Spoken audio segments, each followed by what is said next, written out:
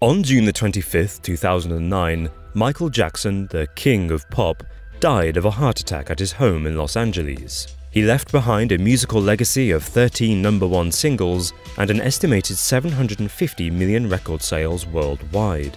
But behind the mask was a troubled man, accused of child abuse and burdened with the pressures of fame, health problems, and debts of $500 million. Some fans and pop theorists, like Ali Pruitt, speculate that in order to escape his celebrity life, Michael's only option was to fake his own death. Michael's death came as he prepared for This Is It, his first concert tour in 12 years, scheduled for 50 performances across the world. But in the last few years of his life, Michael had an addiction to prescription painkillers that was costing him $46,000 a month and doing untold damage to his health.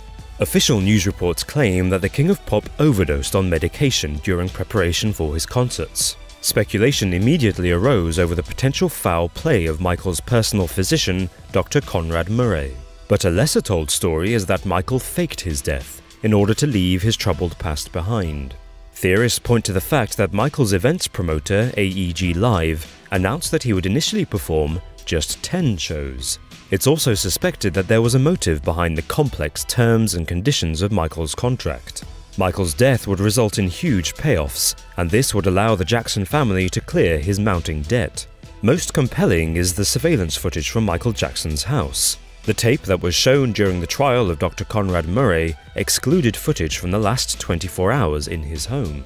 Police investigators on the case claim that this surveillance tape went missing, which is why it wasn't featured in the trial. But MJ conspiracy theorists believe that the tape wasn't lost at all, that it was, in fact, deliberately omitted because it contained evidence which contradicted the media story that Michael had overdosed. And interestingly, Michael's doctor refused to sign his death certificate. Some MJ fans are so sure that the King of Pop is still alive that there have been numerous sightings of him since 2009. An entire website, michaeljacksonsightings.com, is dedicated to discovering the real location of Michael Jackson. Among a host of recent sightings, MJ truthers claim to have spotted him at his new home in Ontario, Canada, also in a Las Vegas elevator, and on the streets in Arizona. But despite many fans' convictions that their hero is still alive, the widespread media coverage of Michael Jackson's memorial service, endless tributes from celebrities, and the trial of Conrad Murray sent out a clear message that the rest of the world was in mourning. It has been suggested that Michael learned this final trick from another king. Like Elvis Presley, Michael redefined pop music and united fans the world over, and both stars struggled with addiction to prescription drugs. Michael even went on to marry Elvis's daughter, Lisa Marie Presley, in 1994. After Michael died, Lisa Marie disclosed in an intimate blog post that he once questioned her on the circumstances of her father's death. He then confessed, "I am afraid that I'm going to end up like him, the way he did." Some theorists subscribe to the idea that Elvis, the king of rock and roll, faked his death in '77 to escape the pressures of stardom, and they speculate that Michael Jackson was inspired to do the same. With the power of the media at his disposal, they claim that Michael influenced publications like the National Enquirer to report that as far back as January of 2009, the pop hero had just 6 months to live. The article states that Michael Jackson's health is deteriorating rapidly because of a crippling addiction to painkillers and alcohol. As compelling as some fans might find this evidence, the conspiracy that Michael Jackson faked his death leaves many questions unanswered.